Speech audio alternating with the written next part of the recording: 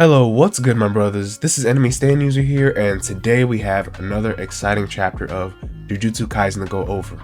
In Tokyo Colony number 2, part 2, things are really heating up as HAKARI gets into his first fight against Charles, and HAKARI is all gas and no brakes. He is really amazing as a character, and there was an insane amount of details and references and little side notes that Gege put in.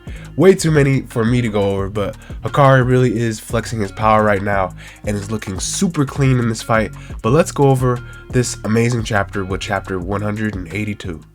Alright, so starting things off, we get a look at Charles as he pops off his power using a cursed tool called G Battle Staff, which looks exactly like an inking pen. But they quickly burst out of the Ferris wheel capsule and kick off the fight. If you notice, Charles clearly is a bit off and projecting his own disdain and resentment for the manga community in his fight with HAKARI. So he makes a ton of manga references and weird ideologies throughout this short little scuffle. But as Charles engages HAKARI, he quotes a poem from one of his favorite authors and says, "Every mangaka departs the earth looking for fiction inside their heads. Reality is not enough to satisfy them. But in my reality, fiction came to me." And we can see Charles' curse technique is starting to manifest. But it's also revealed that Charles has lost his own conviction and motivation as a reader and an author. So his overall conviction as a mangaka has faded, and Charles called that feeling despair. Charles goes in again, but his efforts are blocked again by HAKARI, who still kept his hands in his pockets this whole time. However, Charles states the ink has been filled and activates a curse technique on HAKARI, sticking something to him. HAKARI strikes back, however Charles dodges the attack and sends him flying back. HAKARI knows something is up and decides to get a little bit more serious and take his hands out of his pockets. Charles then explains his power, saying that little page stuck to HAKARI is a manga panel and the information on it is like a sliver of his future. So right now, Charles can see slightly into HAKARI's future and predict his moves, and the more he fights, the more the battle staff fills with ink, and he'll be able to see further into the future. HAKARI then ups his speed and blitzes Charles. Even Charles states that without his future sight ability, he would be a goner, but he manages to dodge HAKARI's attack and even counter it. Before HAKARI, that's not all though, as HAKARI disappears and strikes Charles from the back. He realizes that Charles still has to confirm the future with his own eyes, and all HAKARI has to do is attack from his blind spot. And HAKARI can definitely get down as a combatant, as this level of strength and agility is very reminiscent for someone like Yuji's fighting style, but HAKARI makes it look easy. Still, his cursed energy is still a factor, as Charles points out how coarse and rugged it is and how much his cursed energy hurts. Even when Charles tries to counterattack, HAKARI is too ready and in the zone as a fighter.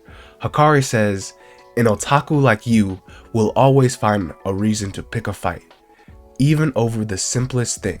So I've got to break you completely."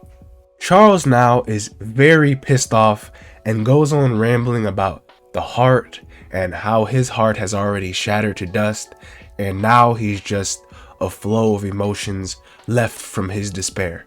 He now has reached a sort of peak and gained the ability to see 2 seconds into the future. And also, Charles kind of taunts HAKARI, asking, "What are you gonna do now?" And HAKARI immediately responds with a domain expansion called the Restless Gambler. This outcome could not be predicted, as Charles is completely bamboozled, but the ending really caught my attention because of the sure hit effect. An explanation of the rules for HAKARI's domain and technique appeared in Charles' mind. And what an amazing chapter. And seeing that HAKARI's domain has rules with the technique, it may imply that it's like a situation kind of like Haguruma, where the domain has conditions and is rule oriented, like what was stated about old school domains.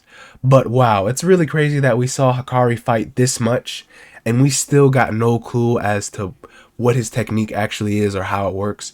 And it definitely has to do with something like gambling based on his domain's title, and the domain could the domain itself could even manifest into something like a casino or something that has to do with the opponent's gambling or having to gamble, and maybe some sort of power can manifest from that.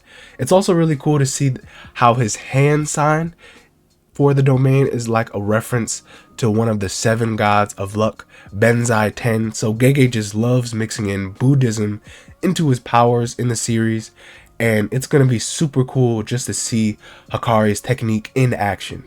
This chapter was really clean, and Hakari is straight up built different as a fighter. And like a lot of people thought, this fight it seems very one-sided, and Hakari also is very, I would say he's very edgy as a character, in a sense that he's very hoodlum-like while also having a solid skill set as a sorcerer. But yeah, Hakari is just on another level. He's on some like gang-like activity and very disrespectful as a character.